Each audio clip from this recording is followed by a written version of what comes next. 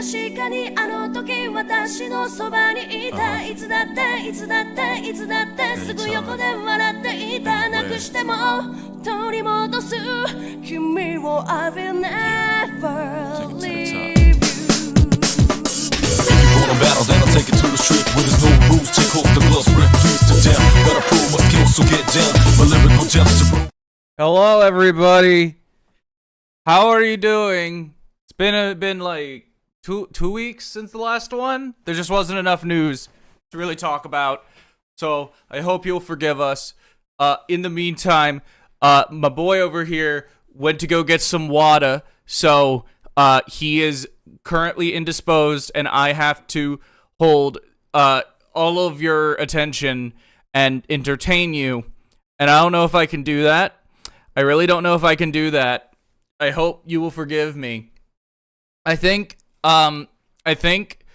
that we might try and do this less so on like a normal schedule, like weekly thing, and instead maybe do it just based on how much news there is. It makes sure there's enough news to happen. I don't know. Welcome back. We are live. Oh shit! We are live. I tried to entertain them and make sure I could do. I don't know if I could do that though. Did it work? No. Do you know if it worked? I don't know.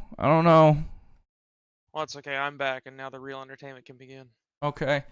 Well, anyway, how is everyone doing? How are you doing today? What's going on, Chad? Apparently, the reviews for Joker 2 are coming in today. Joker. Oh, and how is it? Here, I just saw the Metacritic. Okay. Let me pull that back up. It did that thing where it fucking refreshes. Oh yeah. You see it and then it refreshes. Hate that shit. It happens on like Twitter all the time. Is that what you're talking about? Yeah, basically. Oh, okay. So I'm gonna tell you the highest score, then I'll tell you the lowest score, and then I'll tell you the Metacritic. It doesn't seem like there's Rotten Tomatoes just yet. Okay. So the highest score is an 80. On Metacritic? On Metacritic, so an 8. Okay. The lowest score is, scrolling down, 30. Damn. This was an experimental thing for sure. The current score, it currently averages out to 53 on Metacritic. That's crazy. I don't think this one's gonna be good. Well, because it was because of the musical thing, you think, or like what's like it's. I don't know. Excuse me. No, it's not a musical. This is not a musical. This is not a musical. This is a movie in which these characters are trying to express their emotions, but they cannot find the words, so they sing it instead. Okay, no, I'm so sorry. It was not a musical. I didn't mean to say that. It's what would you call it? So anyway, the songs aren't even specific to the emotions they are going to be singing, expressing. Okay. They're not custom to it. They are licensed music. It's a jukebox musical, so they are trying to express their emotions in a way that is not a musical, but they're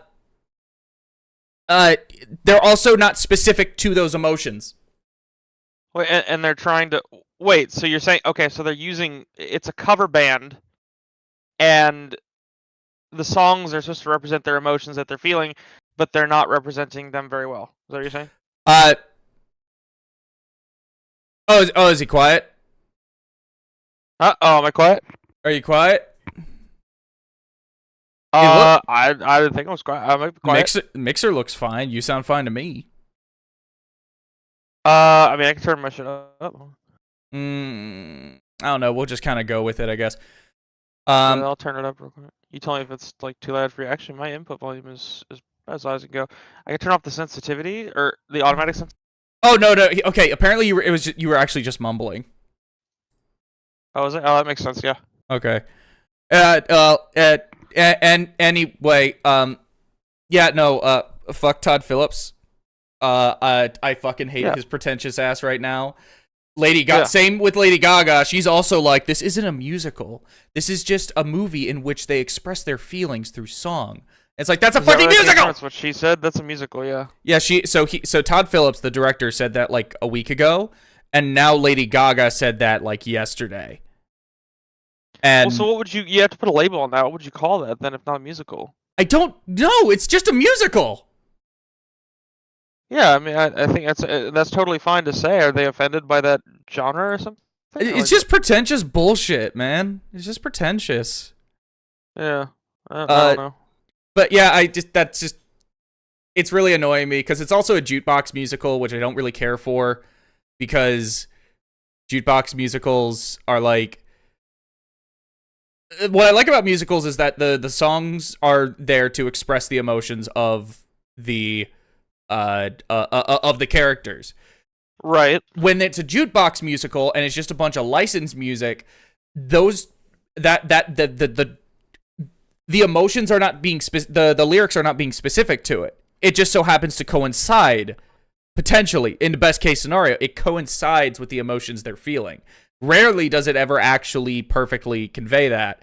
So I don't like jukebox musicals because it feels like it favors, oh, I like this song over actual, expression.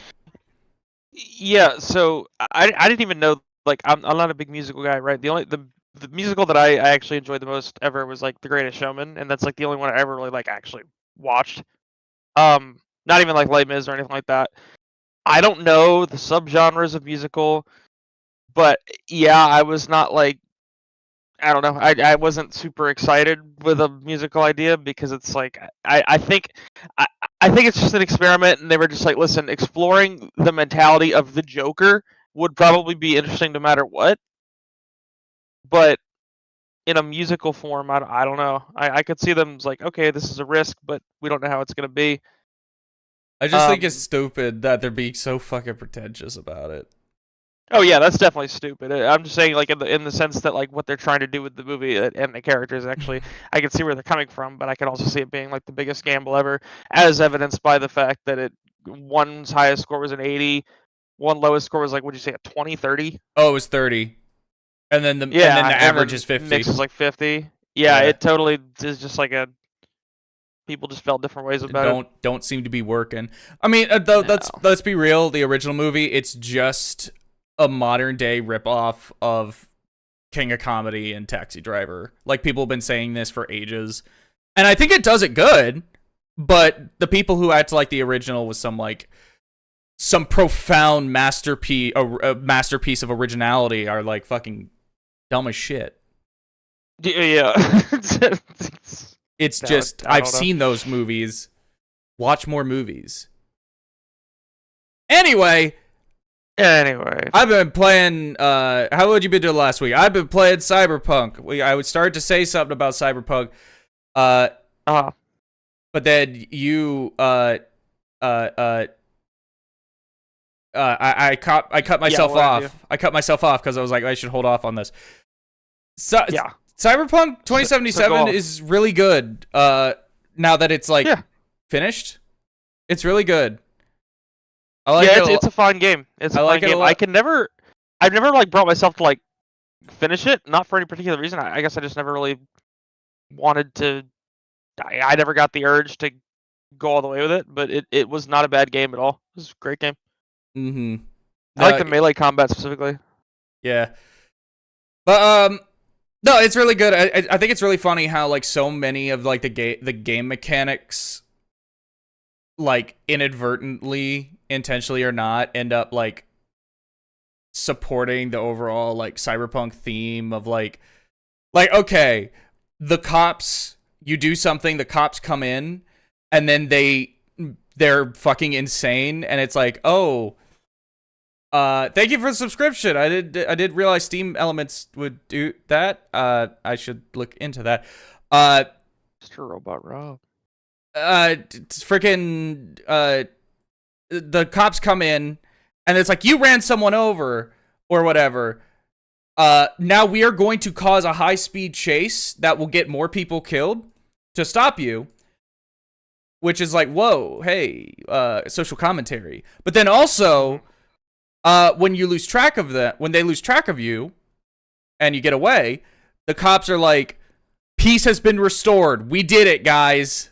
We fucking wait. Did they, like, you said they proclaim that, or like they literally say, "Don't worry, guys. The problem went away. We did it." It's not a matter. It's not a matter of we lost them. It's a matter of, don't worry, we're good now. We don't have to worry. Don't worry, they got away. We don't have to worry about them. Yeah, the problem stopped. So it's really funny. It's like, whoa. That is pretty funny. And that's just like a normal game mechanic thing, but that's like inadvertently like just resonates with the overall theme of the game, you know. Yeah, it's also just funny to hear. Mm-hmm. That's great. Good. Well, I hope you're enjoying Cyberpunk. Yeah, it's a really fun game. Yeah. Yes, the Chase Bank glitch shit. That was so funny. Did you see this? In the Chase Bank checkout. No, I did not. What is it? Okay, so basically over the weekend, over the weekend, Labor Day just happened, so it was Labor Day weekend. Over the weekend, there was this TikTok blowing up, that was, hey guys, I found an infinite money glitch. What you do is you write a check, and then deposit it, and you can write the check for however much you want. You deposit it at Chase Bank. Then what they do is they take what the bank does is they deposit half of the check, and then immediately, and then the other half they deposit once it's been authorized and approved. So what you could do is you could say, I want $2 million. You write a check for $2 million, deposit it, then you can instantly withdraw $1 million. And you're like, yeah, money hack, money glitch. I got a ton of money. And it caused this whole thing where tons of people were going to Chase Banks and depositing fraudulent checks. It's just fraud. It is just fraud. It's just fraud.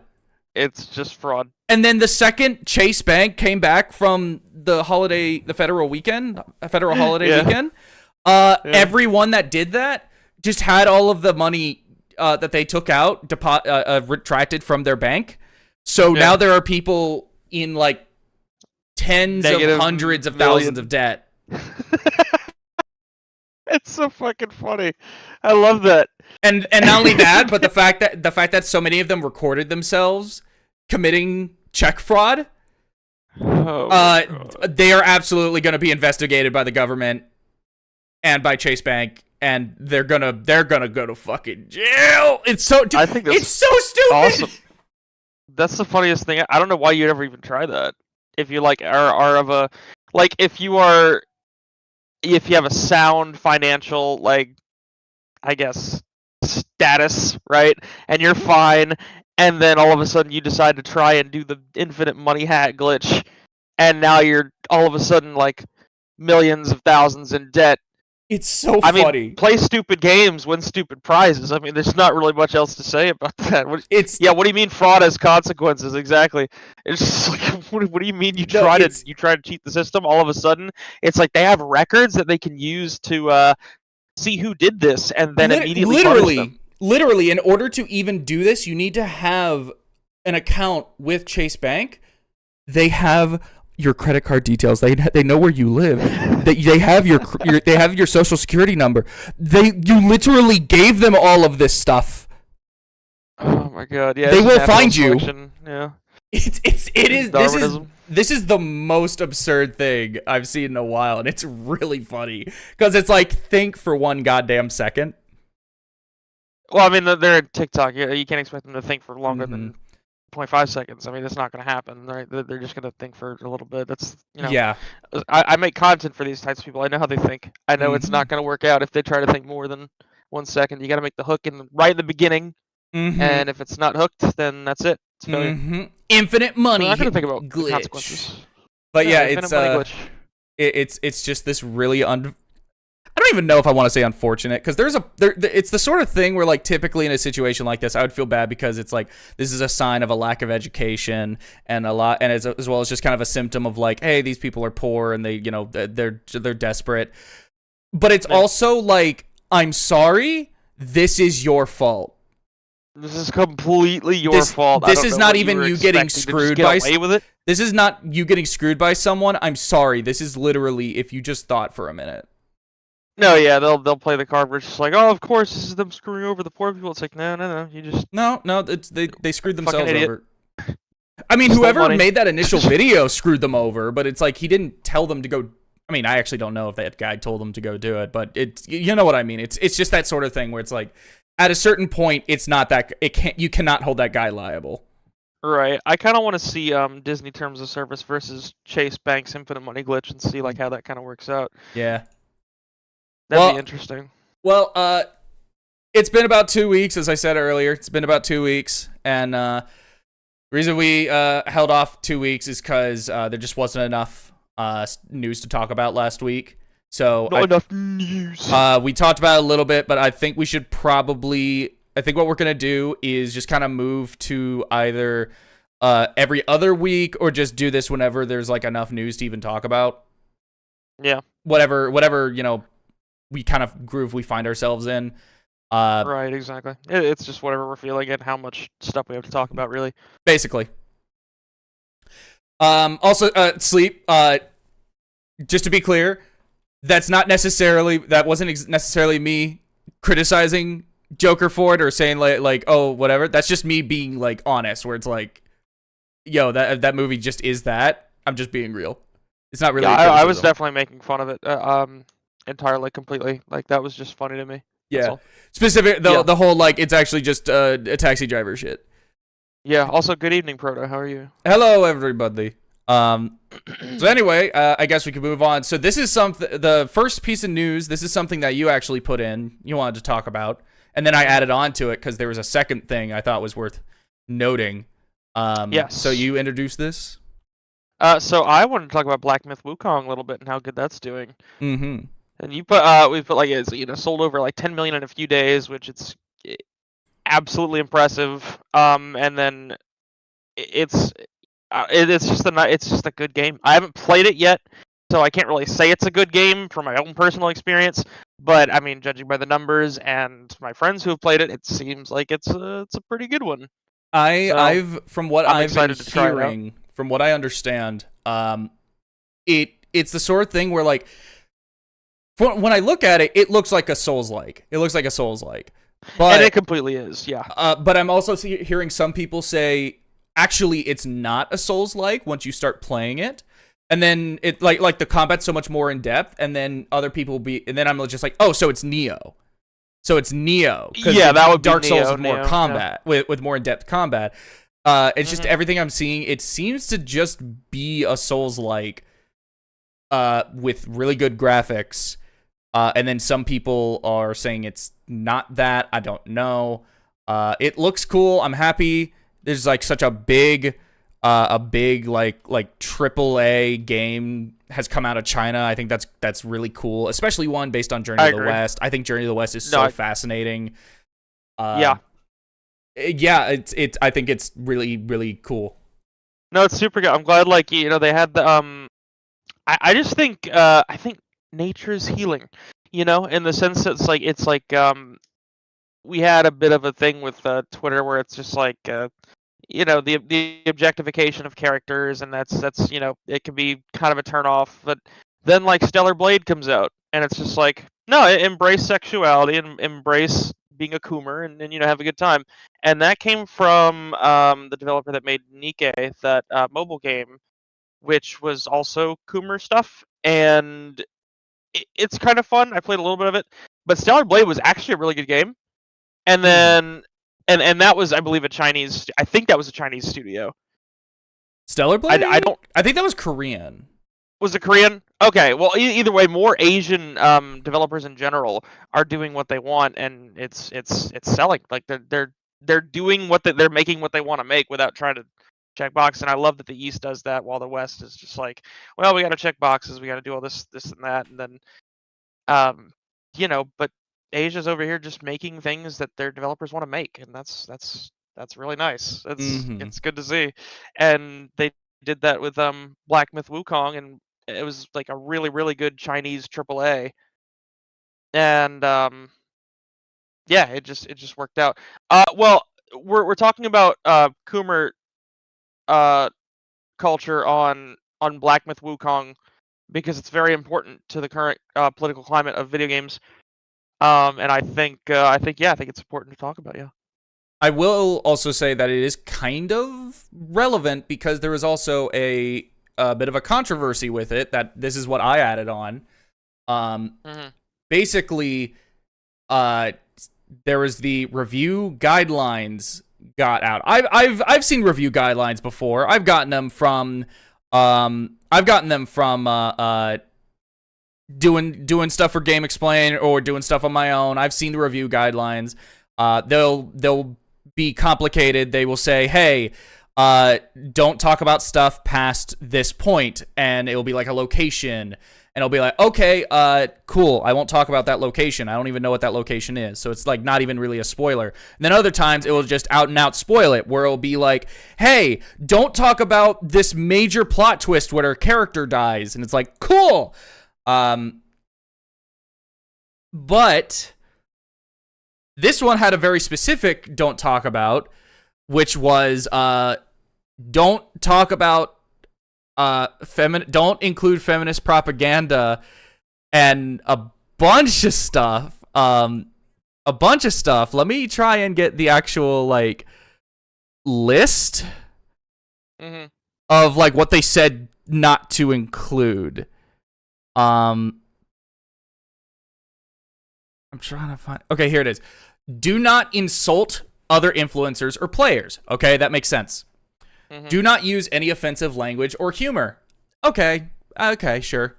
Do not include politics, violence, nudity, feminist propaganda, fetishization, why can't I say this? Fetishization, and other content that instigates negative discourse. Do not use trigger words like quarantine, isolation, or COVID-19, and do not discuss content related to China's game industry policies, opinions, news, etc. A lot of people were focusing specifically on the feminist propaganda stuff, and I will say that is stupid for them to be like, don't include that. I think it's silly to call that out specifically. I also will say I think it can be, depending on the context, I think it could be silly to include that in like a review of the game. Yeah. I think that could be silly. It just depends on the context. The guidelines were very, very definitely strange. It's just like they call out specific things. It's like, why? And then other things where it's just out and out like, okay, the Chinese government told you to put this in there. This is not I don't necessarily think this is the company telling us not to say it. I think this is the government saying this. And that's specifically stuff like don't talk about COVID, isolation, quarantine, or anything involving the policies or opinions or anything negative about China. That is all like, man, fuck that government. Yeah, it's kind of funny, but overall, yeah, it's the guidelines are weird. I'm just happy that like Asian developers are doing whatever they want and it's paying off. I just think that's nice. I just think it's really nice, which is what I meant by the whole Coomer Nikkei thing. I'm just saying Asians are doing what they want and it's working. That's all. It's just so silly. Like I think this is something that like this is worth talking about, but also some people were getting like really upset about this stuff, and I just like, this is just, yeah, it's stupid. Move on, please. Yeah, let's just do the thing. Call it a day. Is the game good? Yeah. Okay. Next. Cool. Like, cool. Does it affect the game? No. Cool. Move on. The stuff won't matter in a week, and we know this because it didn't matter last week. Into the political shit, and it's like I know, like the messages are fine, and I'm just like, I just want to play the fucking game. Like that's all I want to do. Is the game good? Does it function properly? The graphics look nice. Yeah, cool. Okay, nice, good game. Buy it. Move on. Well, anyway, I don't know. I guess the next little thing. This is interesting. Original Fallout co-creator Tim Kaine says critique of capitalism was never the point of the games, and if anything, they're about how war is inevitable given basic human nature. A lot of people got really upset about this, and there was a lot of discourse about it because of, like, Fallout is one of those, like, media literacy. Yes, I ditched you for this, Gab. I ditched you for this. How dare you? Yes. Dude, I think it sounds like you might need to have her as your new co-host at this rate, I think. Yeah. Maybe I should just kill you. I don't know. You can kill me, that's fine. Anyway, I'll kill you in favor of a woman. That's fair. Anyway, the whole thing is Fallout alongside like the first BioShock is often attributed as like gamers are dumb, they don't understand, they don't have media literacy, they don't understand the games they play, this is political, yada yada. Fallout is a critique of capitalism. BioShock is a critique of Randian politics, and so on and so forth. And then this came out as like a big like smoking gun of like the co-creator says it isn't. And in my opinion, I think people are being too black and white about this. I also think people are focusing on what the co-creator of the original Fallout games is saying versus what Fallout has become. Right, that is an important distinction that I'm sure not a lot of people are making. Because we need to be, like, everyone acknowledges this, but no one mentioned it with this. Once Fallout 3 happened, none of the original developers were on board with Fallout 3 because it got bought by Bethesda. It was made by a completely different team. And by that point, it became something else. Fallout, in my mind, Fallout as it's become has become more and more of a critique of capitalism. It has like evolved and focused more on that. But I still don't think even now that's all it is. People talk about it as if that's all it is. And I really don't think that's the case. I think that's one of the big things, but I don't think that's that's all it is. And I feel like in the original, the same can be said for those originals. I haven't played those originals, so I can't really speak. But I think it's totally possible that maybe he doesn't say there is no critique of capitalism. He's saying critique of capitalism was never the point. Yeah. He's not saying it wasn't there. He's saying that wasn't the point.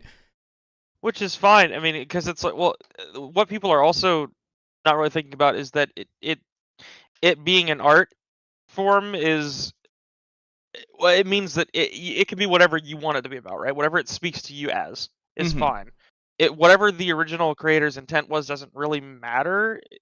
For the author respect, it's just like, okay, cool, that's what they wanted to make a game about, sure, but what should matter to you is what it means to you, what you think about it. If it means, like, if it's a commentary on capitalism to you, then there you go, cool. But that's perfectly valid. You know, that is what interesting. Like, are we talking about the original still, or are we talking about the Bethesda ones right now? So people, the guy who said this is a co-creator. He made the original 2 or 3. Yeah. But I feel like this conversation ended up becoming about about the Bethesda ones, which is not what this dude had anything to do with, from my understanding. Yeah. So I feel like this was actually more complicated than people were giving it credit, and I feel like people were just talking about this in too black and white terms.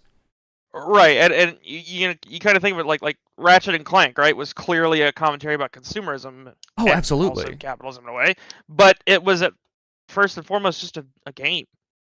Like, I don't think of Ratchet and Clank as like a commentary about buying shit. I think it as a fun game to play about with gunplay, because that's what I enjoyed, right? And even if the original creator did not mean to make it about consumerism, I don't fucking care. It was clearly pulling a joke on consumerism, so that was fun. As for Fallout, just enjoy the game, have a good time. If you don't, like, I don't know, it just seems like such a big deal over nothing. It's the sort of thing where, like, as someone who, I didn't grow up with Ratchet and Clank in the same way that you and other people did, but I still love those games. And I fully acknowledge, those original games were about consumerism and, by extension, capitalism, but more so about consumerism and all that. Right. It's one of those things where it's like, it's just going to happen by accident because the two are very, very much related. But they can make jokes. But it's the sort of thing where it's like, I don't feel as though Ratchet and Clank has to be tied to that and always has to do that, because when I played the Future trilogy and I looked into those and I looked into what people thought about them, a lot of people were like, I prefer the original trilogy where it was about that kind of stuff. And it's like, I feel like Ratchet and Clank has gotten away from its identity. And it's like, I don't think Ratchet and Clank inherently has to include those things. I think it can go beyond that. I think it doesn't need to do that. And I still feel as though the modern Ratchet and Clank games still feel like Ratchet and Clank. They're just not, they're focusing less on consumerism and they're focusing more on, like, hey, let's, like, tell a story with, like, characters and, you know. Yeah. And it's like emotions. That's totally fun. That's And totally fine. it's fine. I don't think those are inherently like it has to do it. Yeah, it doesn't have to. It's people assigning a meaning to a game where it doesn't. I mean, the point of the game being made was not at first and foremost. It was to make a game, right? It doesn't matter what it's about. I don't know if I keep talking about it. I'm going to keep rambling about it, but you know what I'm trying to say. Yeah. Yeah, Future Trilogy and Original Trilogy was really, really good. I love Rift Apart, and it upsets me. Rift Apart was really, really good. That release made me very, very happy for the future of Ratchet and Clank. I did not understand why you were so like bummed out about like Into the Nexus and stuff until I played it, and I was like, wait, that's it? And then I totally understood. I'm like, okay, I get it. I understand why you were kind of cynical about like the future prior to Rift Apart coming out. Yeah, because like Into the Nexus, it was just like it didn't really feel like it had a place. It was just there, right? And it wasn't very long. I think it was either I'm thinking of Quest for Booty or not. I'm not sure, but it was a short title, right? It was just it's longer than Quest for Booty, but it was a retail release, whereas Quest for Booty was just a download game for like $10 or something. Yeah, it was a bridge between Tools of Destruction and A Crack of Time, and that was basically all it was. That was fun. It's the sort of thing where like part of me doesn't even want to consider it the second in the trilogy, just because it really is just a bridge. It doesn't feel like it should be put alongside the other two in that same way. It feels like DLC is what I'm getting at. No, yeah, it definitely does, because especially when the weapons start at level 3, right? Because it knows that's just it just says, okay, this is a short game. I got to the final boss and I was like, this is a really cool halfway point. Yeah, and then I beat it, and I was like, what? Halfway point, and then it's like, oh, we're done. I see. Okay. Yeah. It's over. I guess. Cool. Yeah. Rift Apart was really, really good. Video game analyst brain rot has ruined game criticism. That's absolutely true. There's definitely a fun game first, and the satirical moments consumerism. Yeah, my favorite thing is now even the computers are charging us. That was a good bit. I like that. I liked it. But yeah, I feel like, just to kind of get it back to the original topic, I feel like people are too black and white and absolutist on things. I feel like Fallout can be about more than just capitalism or a critique of capitalism. I think it's never just been that, but at the same time, I think it can also be true that as the series has gone on, it has focused more on the critique of capitalism. Sure. I think that's totally possible, especially considering, it changed hands and there's completely different people working on it. Yeah. I think a lot of it is just people wanting to feel smart and to dunk on the opposition. Yeah, because also like you could say it's like about capitalism specifically, and maybe I'm sure this all ties in together. But I mean, what's the main thought of it? When you look at Bethesda's Fallout, the whole tagline is "War never changes," which could be more about how humans, as long as they are here, will always, there will always cause be destruction, war, and there will always be war. Yeah, I mean, that doesn't exactly say specifically capitalism to me. Maybe it's about that. I don't know. But like, just again, make your own meaning, and don't get so upset about what the officials say. Just whatever it means to you. I still have personal feelings about Death of the Author, but it's complicated. It's complicated. Regardless, I still think it's everything he says is just totally right at the same time. Yeah, I mean, like you can. The creator is just like, you take that with a grain of salt. If that's what it means to you, cool. If it isn't, then don't worry about it. I kind of feel like Death of the Author, it's the sort of thing where like that's totally valid, but I feel like at the same time you can have your own interpretation, but you should also kind of like in the back of your mind just remember what the creator might have intended or what they say they intended. I think that's something I don't think that's something you should discard. But I think it's something where it's like, you can have your own interpretation. I just don't think you should act as if the creator didn't say this is what it means.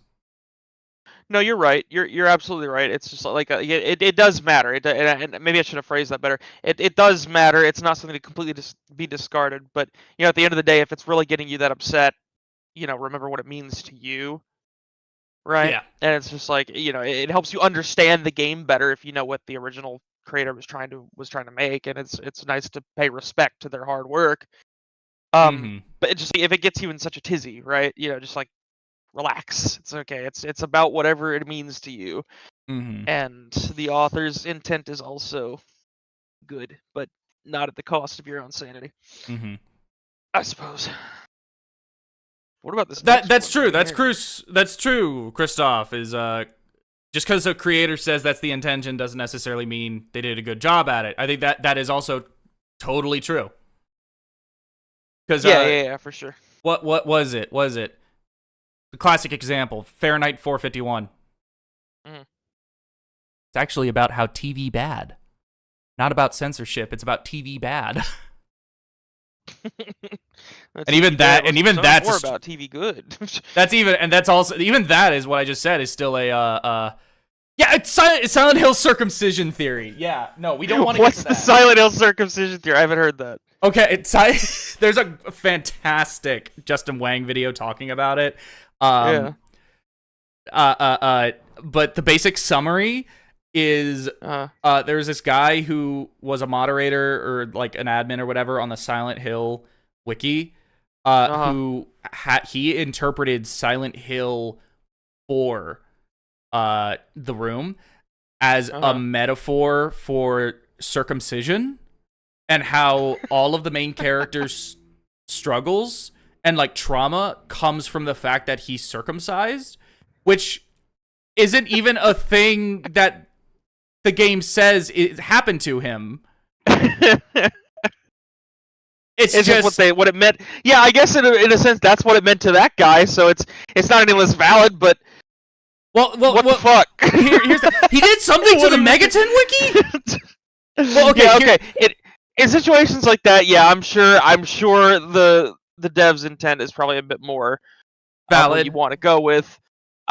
It's more valid. Yeah, in situations like that, I feel that's where you want to keep your intentions to yourself. Maybe that's a little too personal to say this is what it's about. I don't think Team Silent intended there to be any. I don't know. I don't think it was about circumcision. I don't remember my own, so I'm perfectly fine. I don't have any trouble with it. If you do, that's fine. But I don't think that's what Silent Hill was about. Yeah, and that's the other thing is he proceeded to edit the circumcision theory as fact into the wiki, and anytime someone removed it, he would just add it back, and he would remove editor privileges from people who would remove it, and then he proceeded to try and like inject circumcision shit into other wikis. It's this whole thing. I gotta send you the Justin Wang video. It's incredible. It is absurd. Yeah. Also, Canador, I could switch my mic. I have a better quality mic here. I'm just worried because I have birds in the background. I worry that it'll pick them up and it'll just become really annoying. So I use the shitty mic. But I can definitely try that probably next stream. He has way better mics than me. He does voice acting stuff and stuff. So he like has a way better setup than me. So he's actively choosing to go with the shitty mic. And this is I'm just doing it because whenever I talk, I mean, they're not doing it now. They're actually behaving very well, but my birds are actually thinking it very loud, and this mic picks up a lot of stuff. And if I use it, I'm just worried it'll get so much shit in the background. But I can definitely do some tests or something like that for sure, and we can get it better. Because I didn't want to use the shitty mic, but I just kind of felt it was a necessary evil. But we'll figure that out too. Yeah. But yeah, I feel like there's nothing else we could really say other than just like circling around the drain, just repeating the same stuff. I feel like I said what I wanted to say on that. Exhausted that one, yeah. Yeah, I'll embrace the Borb in the background for sure. Embrace the Borbs. Sure. Wasn't Borb in Borb? Wasn't that? No, it's Brub. Brub was in there. Yeah, Brub. I thought it was Borb, but no, it's Brub. I was like, Brub. Yo. Yeah, no, guys, look up the Justin Wang Silent Hill circumcision theory video. It just summarizes No, everything perfectly. It's absurd. It's absurd. Yeah, I think it's a great theory. Also, look up I his think video on Gamerleg, because that's... Ugh, it's... Oh, man. Gamer leg? Don't Google Gamerleg. Right now, I'm doing it. Yeah, images. Images? Okay. Images. I'm not putting it up on stream. What in the fuck is going on there? Gamerleg. Holy shit. Gamerleg. That's nasty. Yeah, it's a... What even happened there? He's got black spots. Are those fucking like... He has gamer those leg. ingrown hairs? He has gamer leg. Yeah, I think I had those too, actually. You know, now Yeah. I think about that's Yeah, every gamer gets it at some point. You know? I'm right there with it. I'm Yeah. right there with it, yo. It's a long story. No, I have game. I had to get fix my gamer leg too, so Yeah. we'll get to that. Yeah, I had to cut it off. Anyway. Shut up. Next thing. Yes, next thing. I think I added this, but this is something more related to your interests, so maybe you want to introduce this? You might have more to Yeah, say? sure. No, yeah, totally. So while video game, because I saw this tweet that this one caught my eye as soon as I was looking at the docket. So while video game actors are on strike for fair pay and protections against AI, Amazon Games CEO, you know, the company, the subsection of the big company that makes games that only really people know for New World, said they need more AI in game development, in part because, quote unquote, for games we don't really have acting. What do you mean by that? What do you mean you don't have acting? There are people lining up to be voice actors, and you're saying you don't have acting? What? Like, that doesn't make any fucking sense to me. I don't know where that comes from. I just want to make sure. He's saying we don't need voice actors, right? That's what he's saying. We don't really need them. It seems like it. Well, it feels like what he's trying to say is we don't have actors. We don't have them. It's like, yeah, you do. You do. So I feel like that couldn't be it, but this is like a really dumb take. I mean, I don't know if it's like verbatim or what, but it's like I looked in there and I was like, okay, maybe there's some like AI bros in there who are just like, yeah, this is a really good thing. I think AI is great and you know, just all that shit.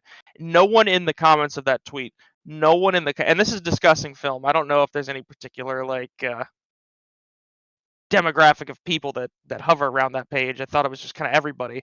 No one in the comments said that was a good idea or that was true or that they were like true with that statement or based or whatever the fuck. No one said that. No, it's absurd. Yeah, this is absurd. Rich person out of touch bullshit. with the world. Yeah, say it ain't so. Yeah, exactly. No, that's it. And everybody proceeded to say like, what is Amazon Games known for? Like who like what? They had one game that they released and then unreleased. I know that much. Yeah, and then there was New World in the MMO scene, and that was okay at first, and then nothing else really happened with that. Here I just Googled it. I just looked up their Wikipedia page. Okay, yeah, let's see what they got. Let's see the list. Okay, so I'm gonna skip over the stuff that's like on Facebook platforms, and Twitch extensions. The Grand Tour game, which is it's just some licensed racing game based off of a TV show. Crucible. Yeah. A free-to-play multiplayer third-person shooter developed by Relentless Studios, a subsidiary of Amazon, is Amazon's first major original title published by their gaming division.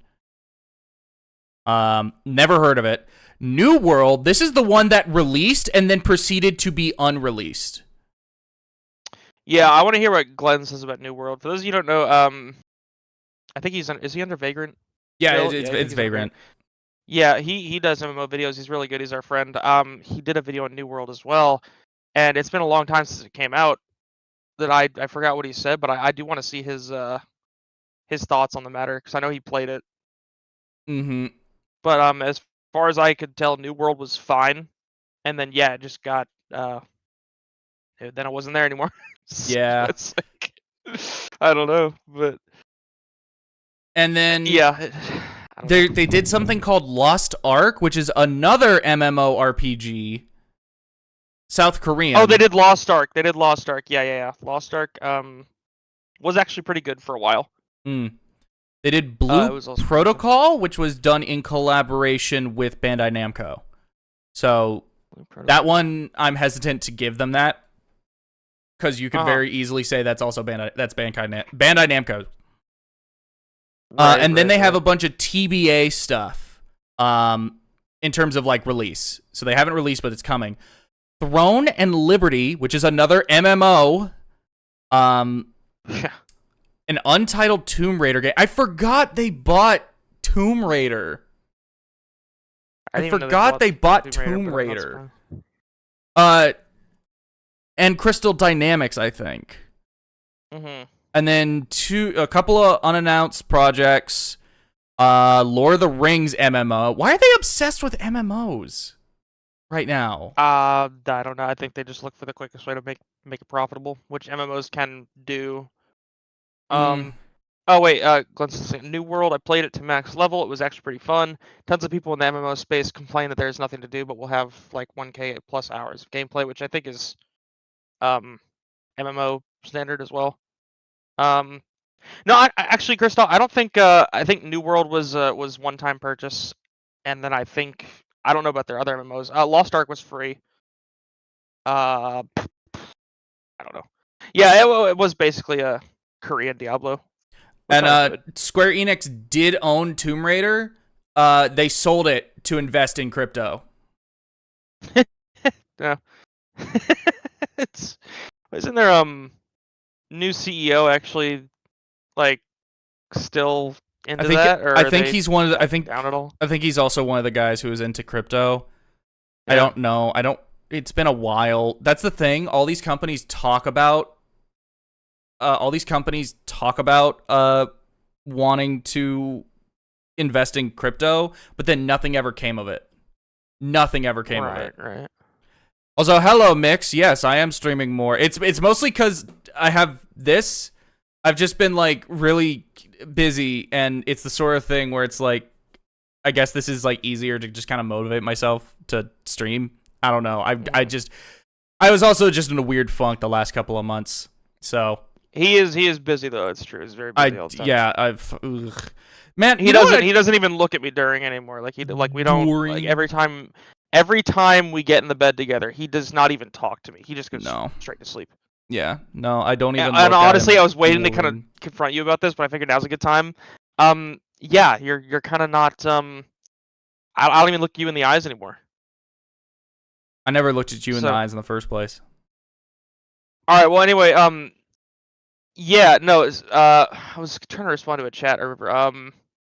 What the fuck was I trying to look at? Yeah. Oh, yeah. Okay. Yeah. Christoph, president for the last 2 years is talking about crypto blockchain. Yeah. What is the new ones? Is that Kiryu?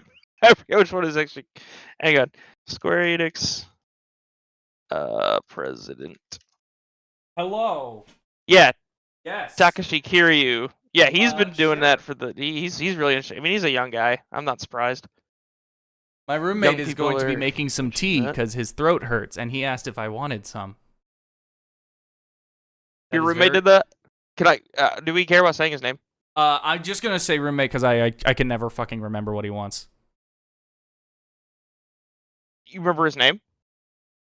Whether or not he cares if I say his name or not. Oh, if he cares. Oh, okay. I can never remember his name. So all right, we'll just call him your roommate.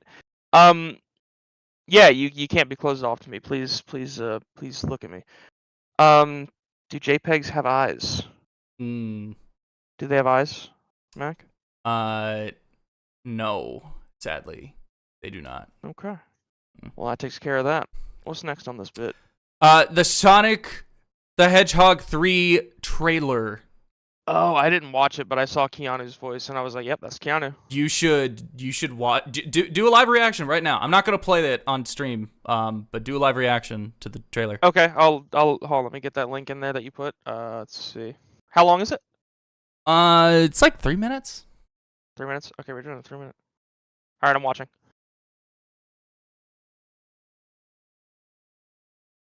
Okay.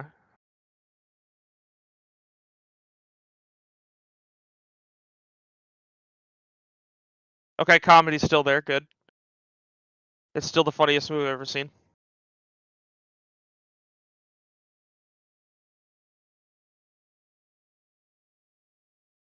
The Shadow looks so good.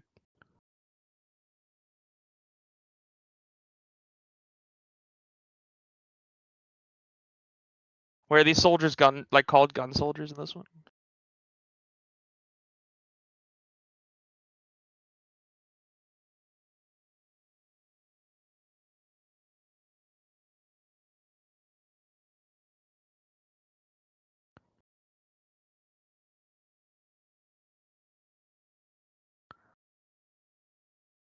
Okay, they're in the city. Yo, it's the Shadow the Hedgehog in the game thing where he like walks on the car or whatever. That's cool.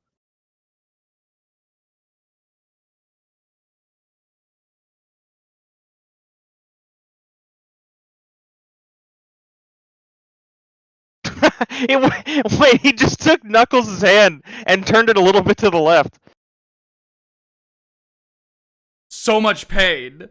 Was that supposed to hurt really bad? I feel like something's missing. They cut something out of the trailer to streamline it. Yeah.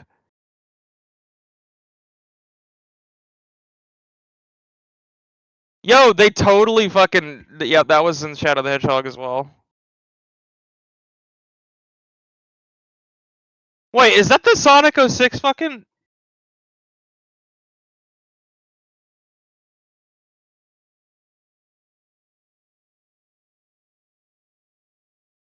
Eggman's fat.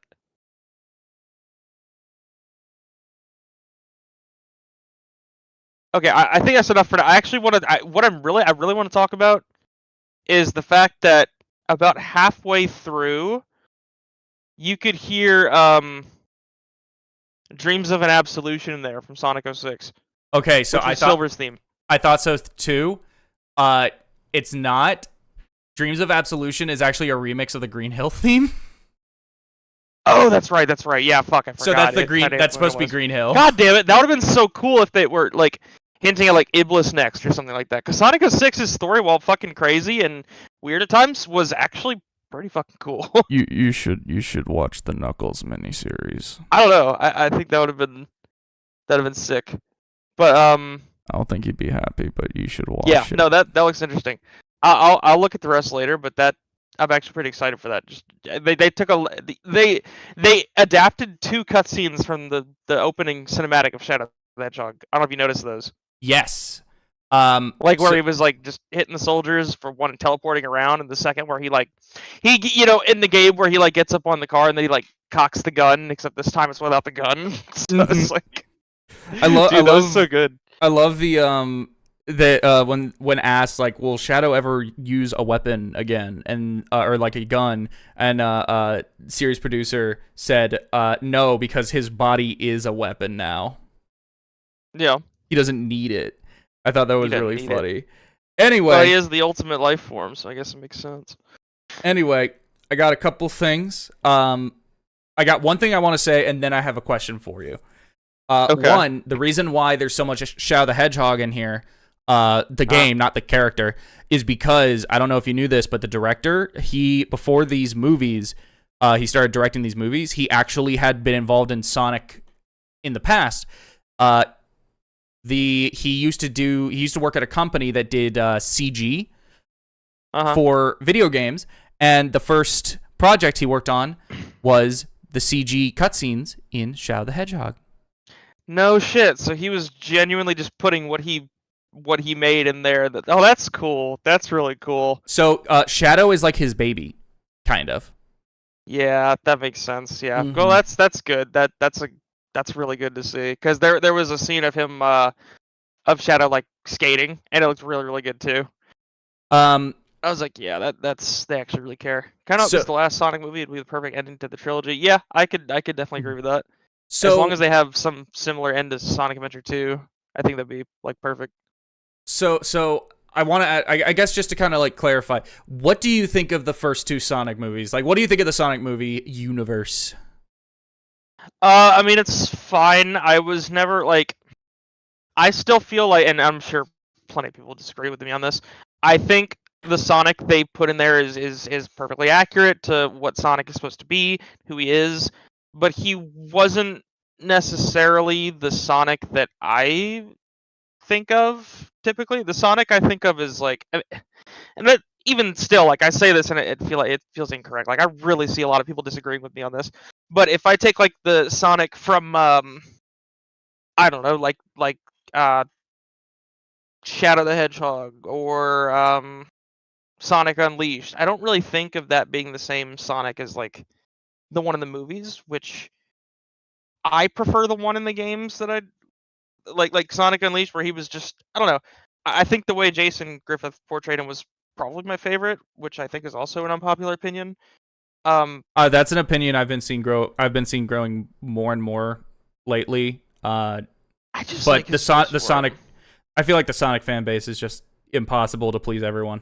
Oh no, you can't please everybody. Yeah, like as far as the Sonic movies, while I don't think it's my ideal Sonic, I still like them for what they are, and I think they're fun. I think the comedy can be hit or miss sometimes, but it's like a kids movie, so it's like whatever. I don't really watch for the comedy, but it's fun. I think it's doing justice by the character. Absolutely.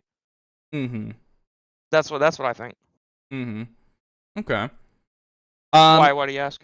I just kind of wanted to get a general idea of like, what is it about this trailer that you feel is different or makes you like, what is it about this trailer compared to the other movies that like? Yeah, I think it's just Shadow. I think it's just Shadow. Like Shadow, is, I mean, I've always liked Sonic the best because I love Sonic, but like Shadow was really I like him in this trailer. I like him a lot. I guess because like I do feel like that's the same Shadow that I remember from the games, whereas the Sonic I feel like it's different to me, and maybe that's why. Because like that, and the fact that he straight up adapted, like I know he adapted different things from Sonic too, but like the fact that he adapted Shadow from his game was also like, that was just really cool. Also, I'm attached more to the 3D Sonics than the 2D Sonics for sure. That's just me. And a lot of the references to Sonic probably come from the 2D games, but being a bigger fan of 3D, that does kind of gravitate me more towards Shadow in the first place. So I probably just appreciate the callbacks to that more I and that think character more.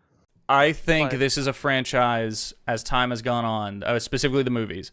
This is a franchise that has been beholden to the producers at Paramount, and with each entry, they have slowly been able to shake off more and more control and have been able to get it closer to what a Sonic movie should be. The first movie, it's not even that's not a Sonic the Hedgehog movie. That's just a good version of that weird subgenre of movies where a cartoon character comes to life and teams up with a human and goes on like a road trip or something. It's just a good version of that formula. It's still not great, but it's like, oh, wow, I enjoy this.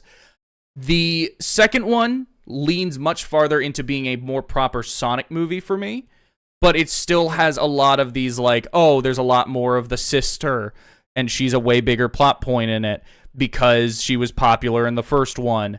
And it feels like it was done, again, they had to abide by what producers wanted.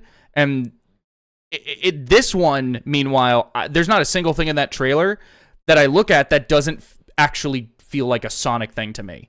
Everything about it still feels like, oh yeah, that feels like what a Sonic movie would feel like. In fact, it feels less like a family adventure comedy movie and feels more like a superhero movie, which is probably a more accurate representation of what a Sonic movie should be like. Yeah. Compared to the first two movies.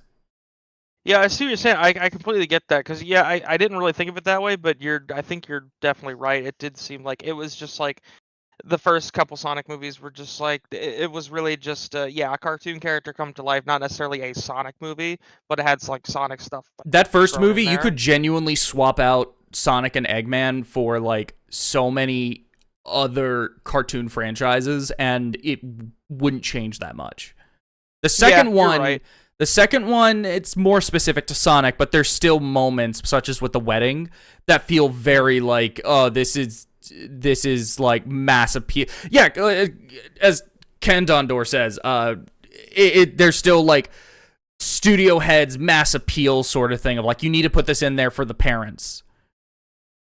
This one, just based on this one trailer, it feels like, oh, it's actually like Sonic. It doesn't feel interrupted or anything. Oh, hello. Thank you for the... Oh my god, that's hot. Oh, that's hot. Yes, I got it. Thanks, Max roommate. Thank you, my roommate. I appreciate it, even though you're actually doing this for yourself. You're just gonna have some leftover. He's sick. He's sick, and he just made tea for his throat. And he gave me some tea, and I appreciate it, but oh my god, it's hot. That's nice. Anyway, yeah, it just feels like it's struggling. It feels like these movies are struggling. The Knuckles miniseries, for people who have seen it, I don't consider that in this little formula because that miniseries doesn't feel like it's a result of producers. It feels like a result of we don't have the budget to do a Knuckles miniseries because Knuckles is expensive to put on screen.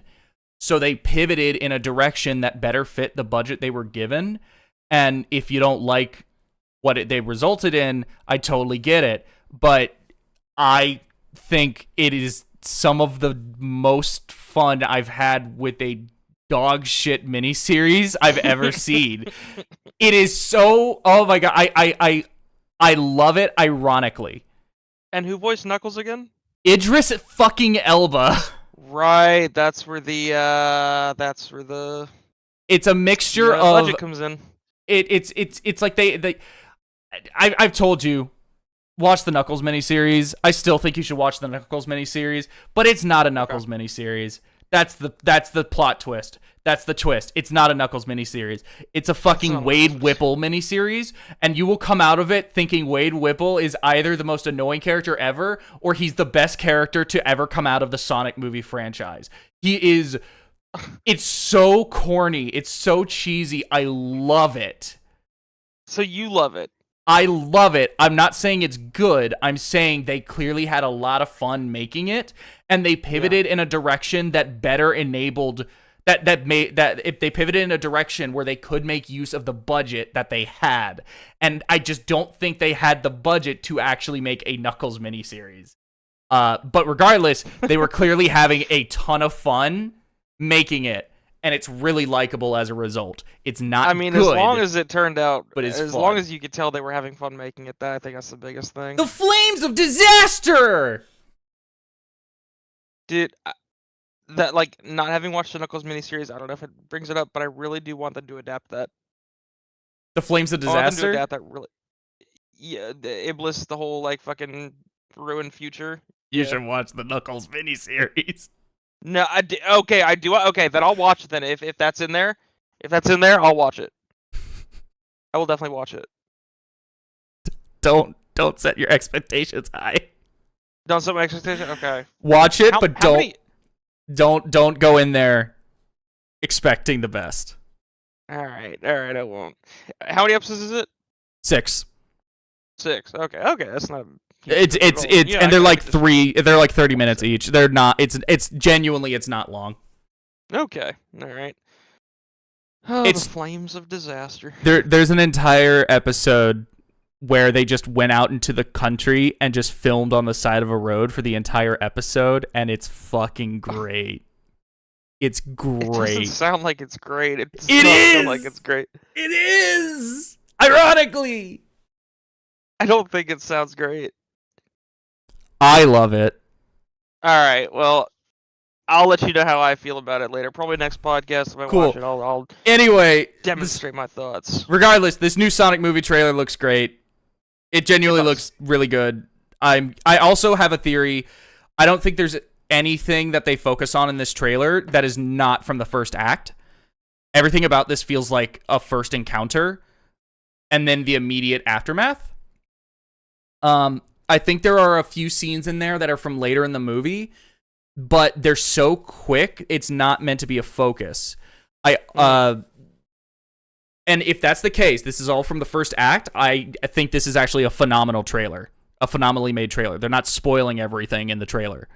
Well, it looks so much like Shadow the Hedgehog and Sonic Adventure 2. I think it's great. The biggest human interaction I saw in there was like the gun soldiers. And that's another thing. The gun soldiers, they're giving them guns this time, which is like, whoa. Oh, yeah. Remember how in the Got second Sonic guns. movie, they gave the government agency gun? They gave them tasers. Remember that? It's because they were so strong they don't need guns. They don't need guns. Their body is a being called weapon. They are the gun. The taser is Why- the why they're gun weapon. soldiers. That's no. The taser is an extension of their body, Mm-hmm. and that's what it meant. But there's no guns allowed, Mm-hmm. so that is what it is. So good. But either way, Anyway, I guess we should move on to the next thing. This is actually kind of sad.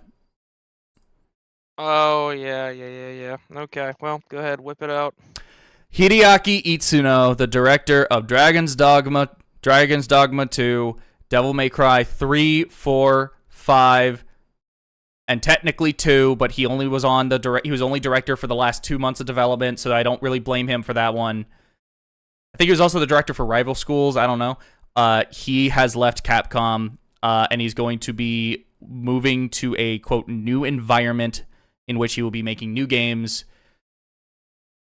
Oh man, that's I hope he does well. I can't wait to see what he does next. But it's also like, damn, he went out on a high note with DMC5. Dragon's Dogma 2 is also great, but it's a lot rougher in comparison. But that was also like his dream game. That's the game he's been wanting to make for a long time, and he finally got to make it. And I'm happy for him. Maybe he just wants to break free from the IPs that are owned by Capcom and not like him. Maybe. We'll see what happens, but I wish him luck. I hope he has a good time. I hope DMC is saved. I hope DMC is not in an awful place, but at the same time, if DMC ended here, it would be disappointing. But again, I think they went out on the highest note they possibly could. With are we counting that as DMC 5 or Dragon's Dogma? 5. DMC specifically went out on a high note. If it goes out here. I didn't play 2. I watched you play 2. It looked like a fine game, but DMC 5 was really, really, really good. Oh, yeah. Yeah, I also was hope so it's like good. a Sakaguchi Mistwalker sort of thing. Where he like Well, starts his own studio and makes his own like original games that are just the franchise I used to make, but I have more control. Let's think of all the really, really good Asian video game directors who left to make their own stuff and how that worked out for them. We have Mighty Number 9, which flopped, so sorry. Bloodstained, which was pretty damn good. That's actually really good. I like Bloodstained a lot. Yeah. We have Kojima with Death Stranding, Mm-hmm. which was fine, but he was able to do what he wanted to do. And yeah, now Itsuno, and we'll see what that man makes. Dragon's Dogma. I think it's a pretty good shot. Bro, Dragon's Dogma is good. I think it's a solid 7 in it's a good game. It's solid. It's not amazing. Don't expect DMC 5 levels of like quality, but it's the sort of thing where it's like this is clearly like he understands. It's just a very like ambitious game, and it's more about like him doing making what he's wanted to make. He's been wanting to like Dragon's Dogma is a game he's been wanting to make for like 20 years or something while at Capcom. And it was only he eventually got to make the first Dragon's Dogma, which is like a quarter of what he wanted to do. And then Dragon's Dogma 2, from my understanding, is he actually got to make the full game he wanted. Which apparently was decent. Yeah. And then DMC 5 is phenomenal. It's top 5 favorite games of all time, easily. Yeah, DMC 5 is just a banger of a fucking game for sure. Yeah, That love took it. the style switching and made it even better than it was in 4. I still need to play DMC 3 on Switch with style switching backported. Oh, really? Yeah, the Switch version of DMC 3 adds in style switching as well as weapon switching. Sick. So you don't have to go to the statues every time you want to switch. I really want to see how that affects the game and changes it. It sounds like that's just going to be the definitive version of the game from this point. Yeah. Yeah, I think that's the best way to do it, is just to switch styles on the fly. Yeah. I know we have racked up quite a bit of time, and let me see what's next. Specifically, can we talk about this one right here? Which one? Oh, yeah. Here, do you want to just like the two just prior to it? Do you want to just quickly bang through those real quick? We'll just be okay. like... We can bang through it. So, new Zelda timeline was shown off, and both Breath of the Wild and Tears of the Kingdom are not even in the fucking timeline. What does that mean? It means... Is that just a separate thing completely, or... It means Nintendo genuinely regrets the Zelda timeline, and now they're stuck with it, and they don't want to fucking deal with it, so they're just making their game so it's not even related to the timeline anymore. They just fucking wrote themselves into a corner, and they realized they did not want to touch it anymore, and they just abandoning it. I think they regret it dearly.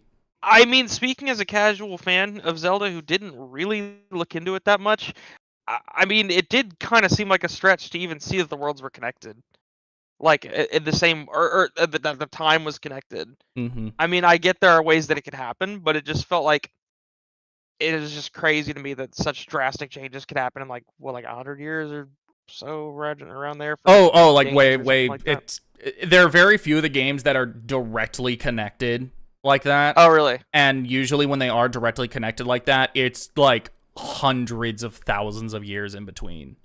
Oh, okay. I thought it was like not that much time. So I was thinking like I think the closest like Ocarina without it... and Wind Waker or something or something. Oh, that's like thousands of years in between. Twilight Princess takes place okay. in the child timeline after Majora's Mask, but that's also like hundreds of years later.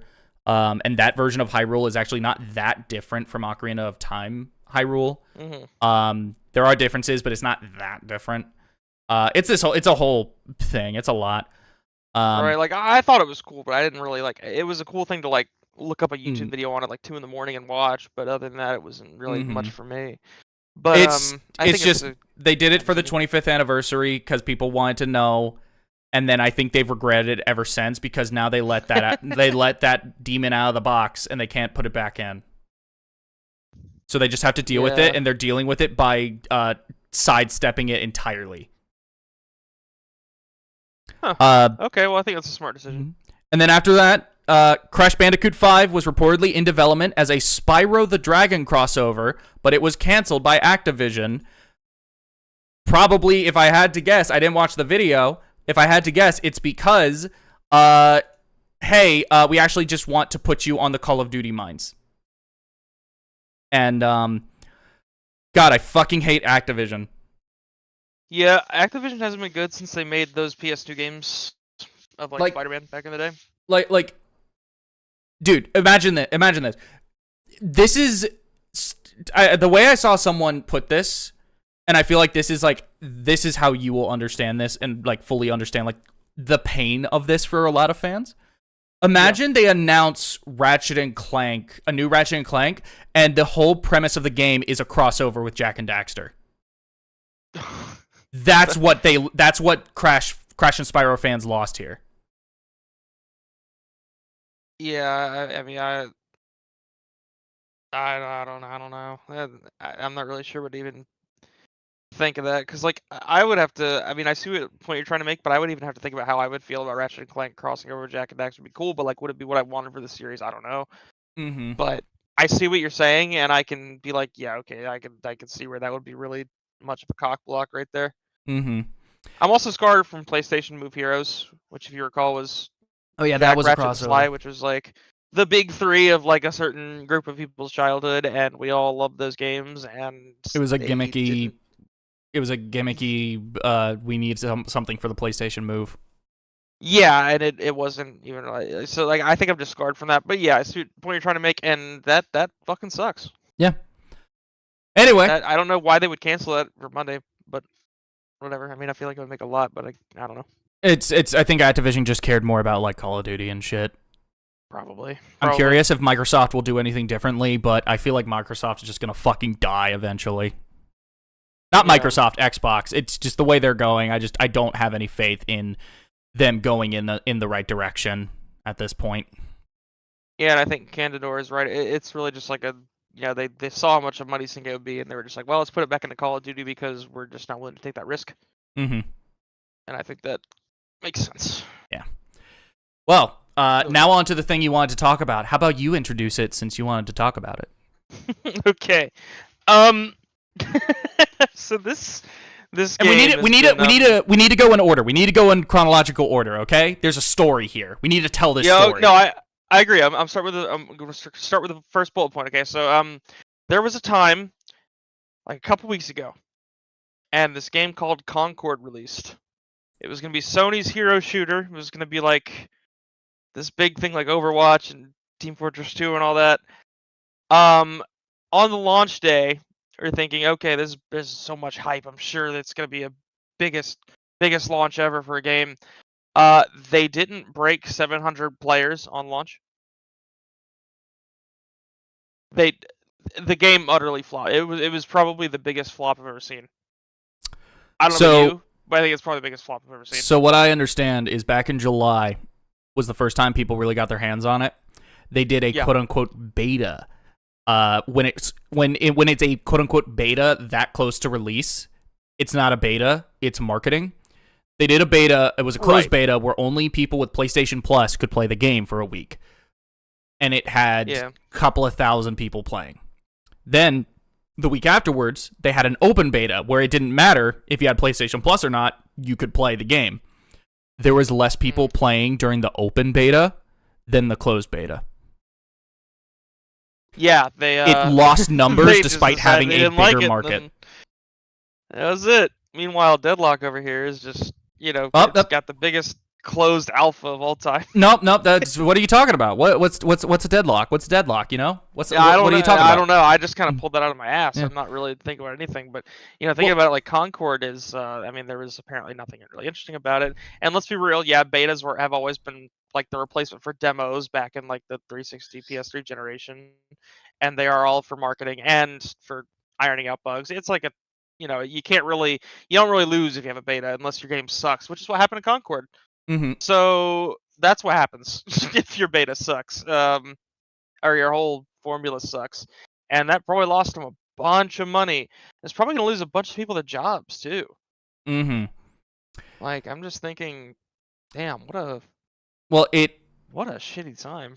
like another thing that we kind of added on to it is it apparently estimated to have sold 25,000 units, which is awful. That's awful. Do you want to bring up the comparison that you linked me? Yeah, sure. I'll let me save that and then screen? I'll put it up on screen. Okay, yeah. So there's for those who want to know, essentially there's a nice, you might think 25,000 units sold. Okay, for most people who know games, it's like, okay, that's not a lot, but some people might need to have it put into perspective how much it is or isn't. And I think this image definitely will help you understand. I'm going to give you some context. I'm going to give some context. This is a comparison image. It is comparing it to a game that released on Nintendo 3DS years into it dying because the Switch was out and Nintendo was only keeping it alive as a sort of backup in case the Switch failed. Let's see how well it did, shall we? It sold worse than Mario and Luigi Bowser's Inside Story plus Bowser Jr.'s Journey. A game that literally only existed to keep the 3DS alive in case the Switch failed. Yeah, This game is considered to be a massive fucking bomb. It sold worse than it. A lot worse. So much fucking worse. Awful. It was really. It is a sad day for the people who raised Concord as their child in development. It's a bad day for them. I feel so bad for those dads because apparently apparently they started development on it 8 years ago after Overwatch came out, which, by the way, 8 years of development for this, you missed the bus. You missed the bus like years ago. Yeah, hero shooters are already oversaturated. Exactly what Sola said. They're already oversaturated. Also, they're all free. Really... They're free now.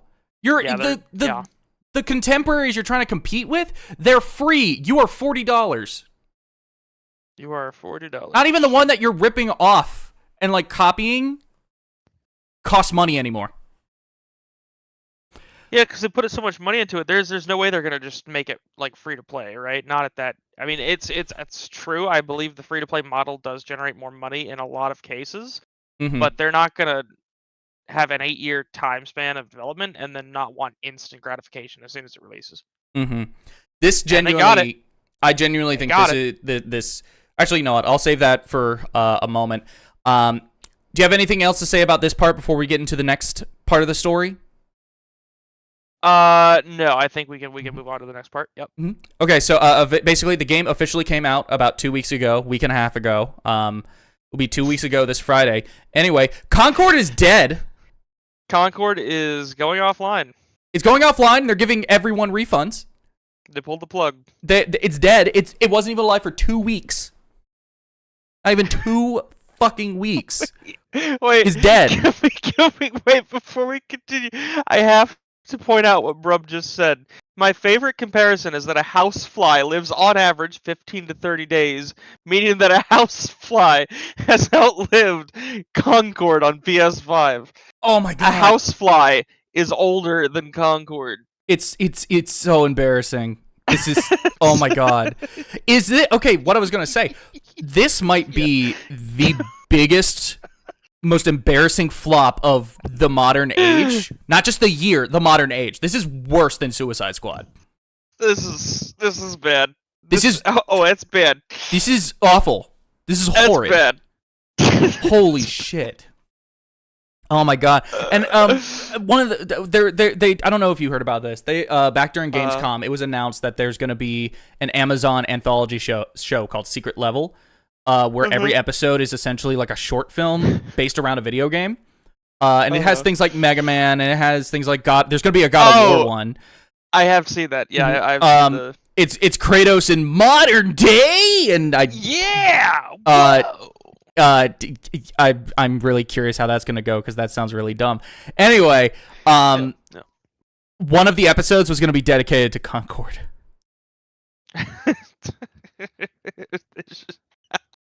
Holy shit!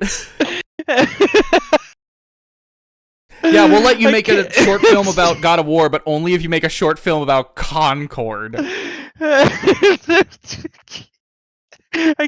this is probably, I don't know, this is the funniest flop of anything I think I've ever seen. This is so embarrassing. This is They horrid. were so bad with marketing it. Not even talking about like the beta, just marketing it in general was just non-existent. It just looks like it's gonna. This is. Oh my god. This is so bad. This is so fucking. It looks like dog shit. It played like dog shit. I guess I don't know, but it just was not. No, this did not deserve to see the light of day. This should have been buried with ET. No, I think this is. We cannot live this down because was it? There was an article. There's an article. Like a week or so ago about how, like, it's messed up how some people. It's messed up how some people celebrate the failure and are like giddy to dance on the grave of games. And they specifically cited Concord and how people were being mean to Concord. And it's like, Concord's good. Like, how dare you? Like, that's just so messed up. Yeah, I've heard about that, yeah. I think there's a great point someone made. I don't remember who, but there's a great point. A couple of years ago, Sony and PlayStation shut down Japan's studios. They actively abandon and leave a bunch of their IPs to just sit there, and they don't do anything with them because they want to have these big AAA games. This is the first game to come out that's a big AAA game that is clearly a part of this push since all of this stuff went down. Yeah. No, I think we are justified in the spite of screw this game. It failed. Yeah. We wanted these other things, but you killed them and ignored them. Uh-huh.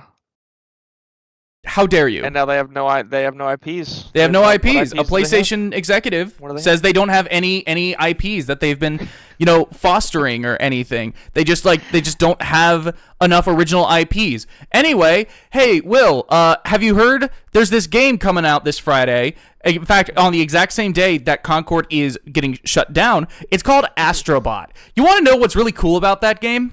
What's cool about that game? What's so cool about that game is that it is one giant celebration of PlayStation history and everything they've ever done. I don't know if you played Astro's Playroom. It came free with your fucking PS5. It is a really fucking good pack-in title. It's amazing. This is a full version of it. And that pack-in title was a full celebration of everything PlayStation up to that point. This is going to be a full version of that. Hey, Will, guess what? Guess fucking what? What? Guess what? People got their hands on Astrobot already, and people are posting pictures and videos from it. You want to know what the inside cover art of the game looks like? What does the inside cover art of the game look like? It is a literal, here's a bunch of PlayStation IP that we all own that's going to be in the fucking game!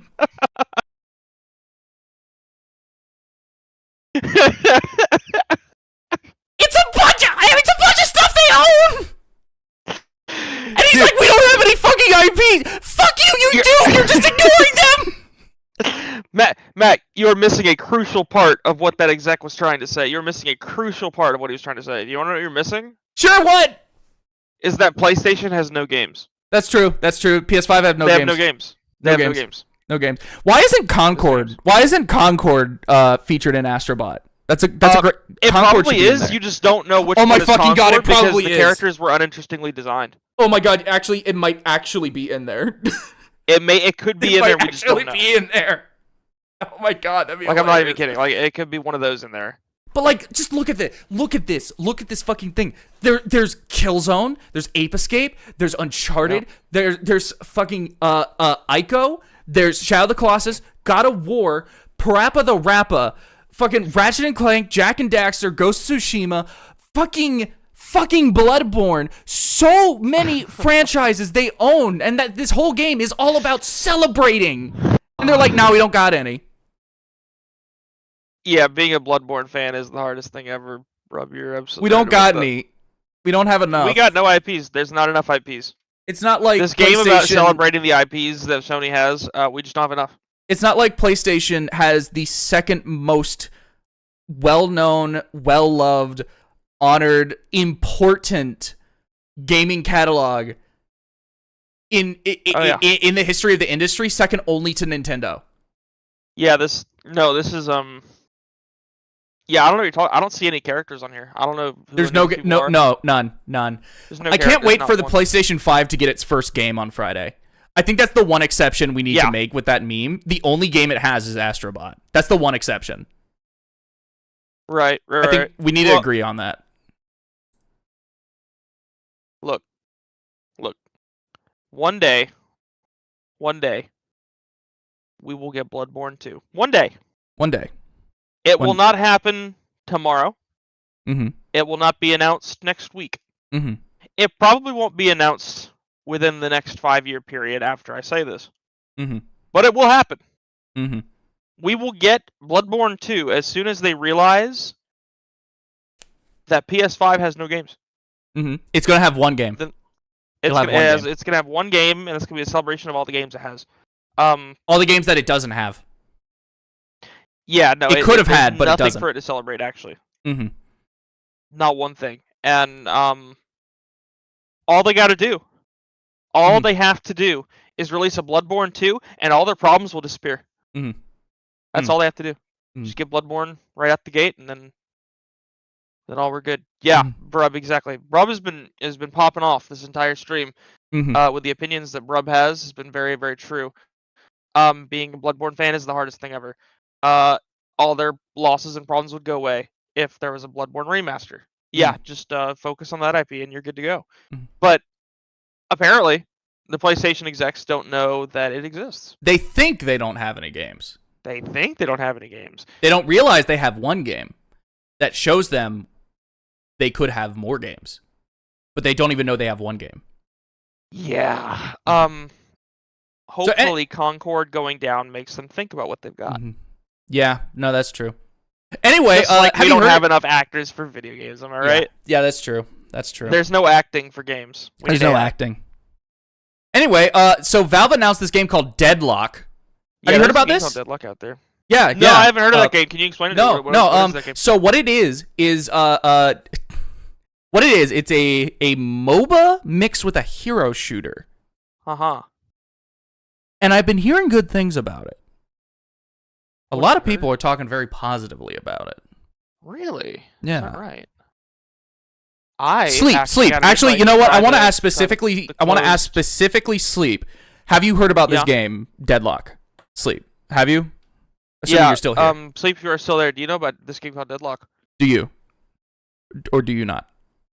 I haven't seen Sleep there in a while. I don't know if Sleep's there. You know what's really funny about Deadlock and Concord, actually? What? So Concord is a hero shooter that's trying to just ape off of Overwatch, whereas Deadlock is a MOBA mixed with a hero shooter. When Overwatch released, it was a pure hero shooter that released alongside Battleborn, which was a hero shooter mixed with a MOBA. Yep. And it got fucking massacred. But now the tables have turned. It's really funny. I had a friend that played Battleborn. I did not see him get on after the first time I saw him launch that game. Oh, I saw him Battleborn. launch it once, and it never happened again. Yeah, it's so funny that it just flipped. I think probably what makes Deadlock probably better is, and I didn't know this, Deadlock is literally being directed by the guy who made Dota and Dota 2, and Dota is literally the father of the MOBA. Because Dota was Valve too. Am I wrong about that? No, so the first Dota, my understanding is it was a mod for Warcraft.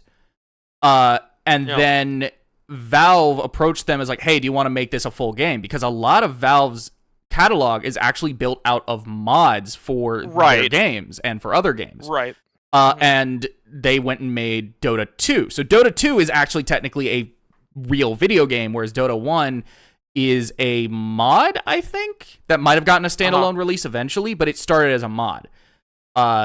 This actually caused Blizzard. They now have a thing where they say, hey, you can do mods for your games, but we own the mod.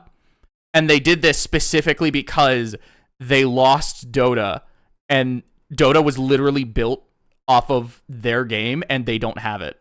They lost it. That's kind of funny. So yeah, I think probably the fact that Deadlock is probably good is the fact that it's being created by the guy who created the fucking genre, basically. Wouldn't you know that that's all it takes is just get the father of the genre to make the game in that genre, and it'll probably be good. Mm-hmm. And put it on the Source engine. Yeah, Source 2. And it'll probably be good. Yeah. People still play TF2 to this day. Mm-hmm. I saw you were playing it. I was playing for a little bit. Friends wanted me to play, and I was like, okay, I'll play. Spy's still really hard to play. Mm-hmm. But yeah, great game. And I'm gonna try this game out probably tonight, I would imagine. Deadlock? So I got the invite as well. Yeah, I got the invite. Send me one. I want to try it later. Yeah, I'll send you an invite and we can play Dota, it. But, okay, I was right. Dota Original is a Warcraft 3 mod. Dota 2 is a actual standalone release. In fact, I think the reason why it's called Dota 2, like officially, is because Day of the Ancients. It's supposed to be Day of the Ancients, I believe, but they can't call it that because of the weird licensing crap, the weird copyright crap with the fact that it's a Warcraft 3 mod initially. So they have to call it Dota. They call it Dota 2, which everyone already called it Dota. Yeah.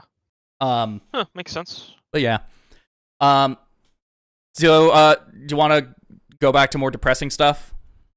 Yeah, let's head back to the depressing stuff real quick. So the day Visions of Mana release, which is a game that I played the demo of, and I was like, this is better than people have been ragging on, but I still have some issues. I feel like the jump is way too awkward. There are just certain things that just don't feel good about it. It was the sort of thing where it's like, this is like right there, right where I want it to be. It's just not close enough. It just needs a few tweaks. But apparently the full release is actually way better than even people who played the demo and hated it thought. Well, anyway, literally the day of release, the developer got shut down by NetEase, their parent company. And they laid off all the staff except for like a few people just to do very basic, like, would just fix up a couple of things with Visions of Mana. So what happened? And that's it. What happened? Well, apparently, NetEase, they want specifically the companies they own to make like big games that are big successful games that give a return on investment, as well as they now also want to move away from the Japan market and make games that are Chinese made, because NetEase is a Chinese company. So they decided, hey, let's just shut down the studio the day the game comes out, because that will prove that they didn't make the game. They didn't make a successful game because we stopped them at the last possible fucking moment for them to save themselves, to prove that they can make a good game. Wow. And then now they're gonna start focusing on Chinese-centric companies, which I'll be completely honest, the fact that this comes right after Black Myth Wukong blows up makes me think this might be a rash decision by the executives in charge to be like, okay, no, we actually can make games. Cool, move everything back over here. Yeah, they're just like in a house, like watch this, we can do that too, and then just kind of doing whatever they see pops off and try and do that for themselves. Desperate for money. Yeah. Desperate for money. So it's just a shame. What is it? Pat stares at. Patrick Boyven. He was doing a sponsored stream for. I wasn't watching it, but I heard about this. He was doing a sponsor stream for Visions of Mana. And literally in the middle of the stream, he got the news that the company was just getting shut down in the middle of the stream of the sponsoring the game they released. Did he react to that, or did he just play it cool? Oh, he reacted to that. He reacted to that because he's just like, "What? Am I gonna get paid?" It's like, what? Just halfway through a thing, he's just like, "I want to stop right now if I'm not getting the money for it." Yeah. Well, my understanding is that's probably a publisher thing. So Square Enix, he would still get paid. Square Enix would have handled it, but yeah, it's still really funny. Of like, holy shit! Hey, the people whose game you're sponsoring, you're playing right now, that's supposed to be paying you, they're dead. Yeah, they're gone. They're gone. Yeah, what if I remember I was doing an ad for Concord while I was playing it, and they told me that it was shutting down, and I was like, oh shit, okay, well, am I gonna get paid for this, or am I, I was doing the same thing. They were like, Concord, and then they just shut it down. Yeah, no, they were like, you're not getting paid. No, that was crazy. I'm not surprised that this has happened for this one too, but it is crazy. Also, like Christoph says, where the sales going for the titles going? Is NetEase going to pocket the cash after selling the title instead of the stuff? It's like, yeah, I wonder. Oh, absolutely. Yeah. Absolutely. Then make that that game that we talked about. Yeah, his dog died the other day. What? Pat Boyven. Yeah. His dog died the other day. Oh, that sucks. He hasn't gone into detail as to why or like what happened, because apparently he described it as an incident that is being investigated. Oh. So he said that he'll like update people eventually, but it does not sound good in the slightest. Damn, that's unfortunate. Well, anyway, one thing before we get too far away from Concord, one thing I will say, I did read the blog post. The blog post does make it seem like they are going to bring it back eventually. They are going to bring back Concord eventually. I just don't know when, and I wouldn't be surprised if we never see it again, and it just ends up getting killed. Yeah. Yeah. Just, ugh. Well, speaking of companies getting shut down or people getting laid off due to massive failure of AAA video game development, Rocksteady has started laying off workers due to the failure of Suicide Squad Kill the Justice League. Here we go again. Which, this is just the best of both worlds, you know? It's combining the last two news stories into one. You know, the laying off of workers and the massive failure of a video game. It just comes full circle, doesn't it? And Seemingly, we've been waiting for this one for a little while, and here it is. Seemingly, now, what I understand about Suicide Squad Kill the Justice League also is that a big reason why it failed is because it's a bunch of executives with actual, like, the actual ability to make these decisions. Being like, oh, awesome! The test groups like it. The focus test likes it. We know what we're doing. And then they were the ones who made all the decisions that led it to being the way it came out. And then it fails. So they fire the developers and not the people who made those bone-ass decisions. Yeah, it's yeah, it's a very post-apocalyptic world we live in with this video game stuff, isn't it? A lot of evil happening that just goes unchecked. I think AAA people have talked about there being another video game crash. I think there is a AAA video game crash that's going to happen. I think companies like Nintendo and the indie scene and all these smaller releases, I think those are going to be fine. I think it's specifically AAA video game development that's going to end up just tanking. I don't know how much longer this can last. We're seeing massive failure after massive failure of games that take upwards of a decade to develop and make, and they cost hundreds of millions of dollars, and they don't make back even a fraction of it. I think there's going to be a crash. I just don't think it will be as bad as what happened in '83. It will literally just be AAA development. Yeah, that's totally it. It's just like there's not enough return for the amount of time they're putting into this, and the way how they channel their resources into things that people don't end up really caring about at the end of the day. Also, yeah, Soulless Dystopian is more of what I meant. I keep seeing that too. It's just like there's a lot of games that come out that have a lot of money and time poured into them that just don't perform. And it's like, it's very simple to just have a product that takes a long time to make, release it, and someone's just like, no, I don't like this. And then all of a sudden, all that money goes to waste. And if a lot of people feel that way, then it's a huge loss. It's just, there's too much risk involved, and big companies are putting so much money into it in just all the wrong places, and it's just not working. Yeah, games are getting too expensive and are taking too long to make. That is absolutely 100% true.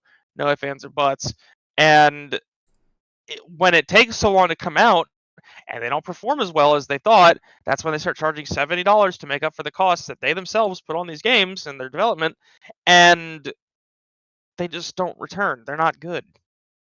I mean, there's plenty of games that are good, but a lot of them aren't. And they're just like, what's happening? It's like, I don't know, maybe put more effort into like just how it feels to play the game. I don't know. Maybe think about what you're doing instead of just making it look pretty. It's so fucking depressing, man. It's so depressing. It is kind of upset. Yeah, it's been happening a lot. At the very least, I believe there was a leak about Rocksteady starting development on another game that's actually going to be single player this time. So it seems like the company isn't dead, which is good because I think it is a good company. It's a good developer. It's just a matter of I really want those executives out of there. The people at Warner Brothers Games or Warner Brothers Publishing, whatever the hell they're called, I think they're massive idiots. I think the people at the head of Rocksteady are idiots. Apparently, there was even a whole thing where the director of like the original director, the guy who who initially led the development of Suicide Squad, he ended up leaving, and that I think is really shitty. He left early into development once it was like too late to turn around, but it was like they weren't far enough in to really understand what direction to go. Yeah. But I don't know. It just everything. It's just so fucked up. It's yeah. There's definitely gonna be a crash. 100%. Well, I guess we have one last thing, and then we can end this off. End This off looks on interesting to me, too. Yeah. some happier news. Yeah. Remedy, one of my favorite Western game developers, announced that they are partnering with Annapurna to fund Control 2, as well as bring Alan Wake and Control, the franchises, into film and television. They have been trying to bring Alan Wake and now, unsurprisingly, Control into film and television for years. I believe, like, about a decade ago or something. They announced a deal with AMC to make an Alan Wake TV show, but nothing ever came of that. I imagine now with this partnership, that just completely fell through. But the fact that they're doing this is really cool. Annapurna is a publisher that has done a lot of really cool. They've had like a lot of like really cool projects that are more like in line with what Remedy does, where it's like a lot more artsy and a bit riskier, but it's like the sort of thing where it's like, this is art. This is like art. Mm-hmm. And I think this is just a really good example of like this is just a really good place for them to be. And then Annapurna also does movies and TV. And it's the sort of thing where it's like, yeah, this also makes sense to work with them to try and bring these things into film and television. Mm-hmm. No, I think this is just a great decision in general. Yeah, great deal. No, absolutely. Do you remember the Machinima series for Alan Wake before the first game came out? Yes. That was really good. Mm-hmm. I enjoyed that. Yeah, no, it's essentially, let's just do that, but more. Yeah, I think they need to do that more. I mean, they have the groundwork there for what the show would be. Just do that. Mm-hmm. Perfect. And I guess just kind of like give some examples of what Annapurna has done in the past, both in terms of like movies and TV shows, as well as video games. As a production company, they've made films such as Zero Dark 30, which was nominated and I believe won numerous awards. They did that movie Her, the Joaquin Phoenix and Scarlett Johansson movie about a dude who falls in love with Siri. They apparently they co-produced Sausage Party. God damn it. Ignore that part. They did The Ballad of Buster Scruggs, that's a great movie. They did Missing Link with Laika, which that's also like Laika is fan favorite. People love that.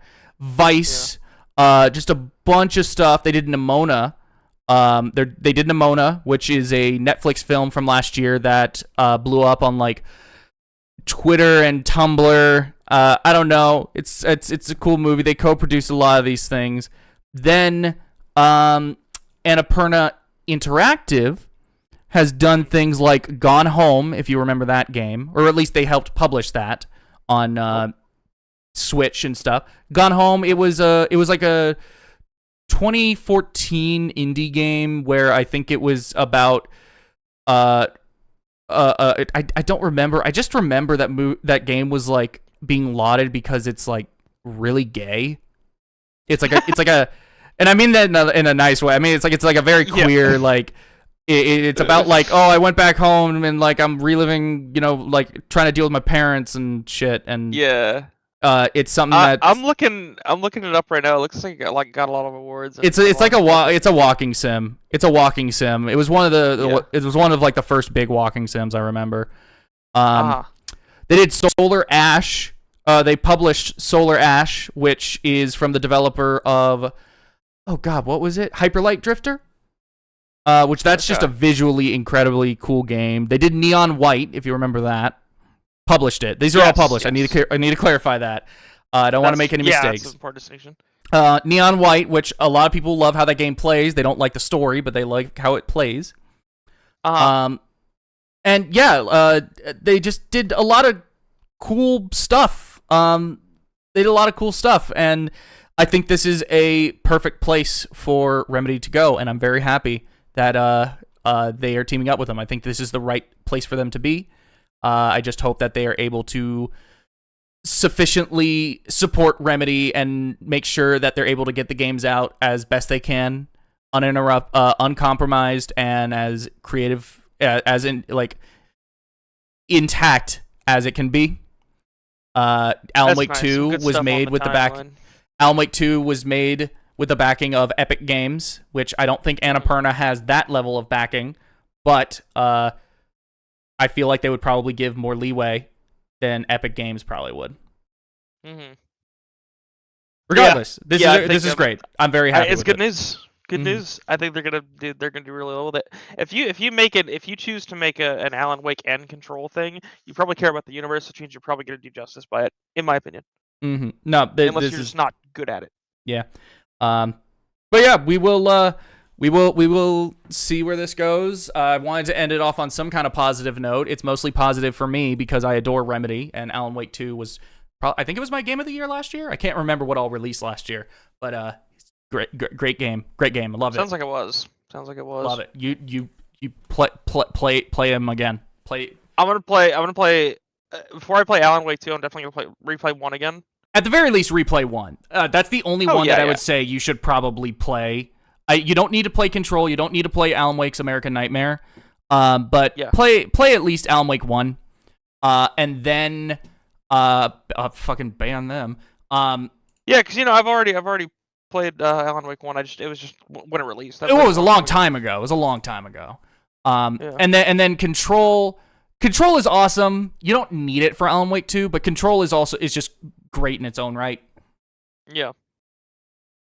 So yeah. No, great games. I'm very happy for Remedy. I'll be honest, that tea was really good. I might get some more. What kind of tea was it? I don't know. There's a little bit of lemon in it. I could taste some lemon. But I don't know what else. Yeah. Mm-hmm.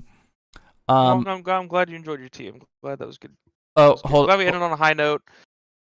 Hold on. Concord is funny. Before we end off, I have one last piece of news that I think that I really want to I think this is probably the most exciting. So, before we started the stream, I sent you a thing about how Matt Reeves said that the Batman 2 is going to be another mystery film. Yeah. You want to talk about that? Not about that, but about something new. New piece of information that just came out. I'm going to send it to you, and then I'm going to reveal it on the stream. But all here. right. There we go. Oh, that's big. Matt Reeves says the Batman might edge. No, that's big. You want to put that up on the stream? Yeah. I think that's really No, that's up big. On stream. That's huge. The Batman's great. Is huge. The first Batman is, in my opinion, the best Batman movie. Yeah. And what? So okay. I'm so excited for the Batman 2. No, this is good. I think I feel like Matt Reeves. Mystery. I think Matt Reeves really gets the character. Yeah, I think he gets the character. Yeah, I think Discussing Film has also hired a person who's really, really good at punctuation and knows how to space. Yes. Out their their headlines. So that's really good. It's very clear, concise, to the point. You know exactly what's going to happen, what they're talking about. And I just think it's really good. No, I think that's great. Yeah. I think the Batman will edge. I think he will edge in this one. Well, actually, now that I think about it, it's a little weird that he says might. That when we know he will. It's a little concerning that he says he might, because it's like, well, is he or is he not? No, well, we know he will. We know he's gonna edge. That's what he does. Is he though? Yeah, he is. Listen, that's the reason they made the thing in the first. He might edge. He's known for edging, but he hasn't edged in a film before. So this is like, this is really big piece of news. Mm-hmm. You know he's gonna edge, just like Sonic went supersonic in the Sonic 2 movie. He's gonna edge in this one. Batman's gonna edge in this one. It's key part of the hero. You know what? Let's. I'm gonna believe you. I'm gonna believe you because I'm a little scared, but I'm gonna believe you. I hope you're right. Yeah. Well, when the movie comes out, we'll see, won't we? Edge. Yeah. Edge. Stop doing that. Don't do that. No, I'm playing Catherine. Edge. I just don't want you to do that. Edge. That game's all about Can you stop? edging. There's Yeah, a lot can you of stop edge. that? Edge. No, that's great, but can you please stop? No, I'm never gonna stop edging. I love Catherine too Okay. much. I like edging too. It's Yeah. fun. So did you see the Catherine's Minecraft great. live action trailer? No, there was one. Yeah, it came out. It looks like shit. Oh, please link it to me. Oh, it looks like shit. Before we go, do you want to do a reaction to that? Yeah, I'll react. I'll react to that. God, it looks like shit. All right, link me that. Link me that. Oh my god. Again, I'm not showing this on stream. If you guys want to see the Minecraft trailer, just fucking look it up. It's on Yeah, Matt can't take any more DMCA's. He's already had too many as it is. Oh my god. All right, I'm watching. Here we go. The Beatles? Yeah, why is No fucking way. yeah, it looks like shit.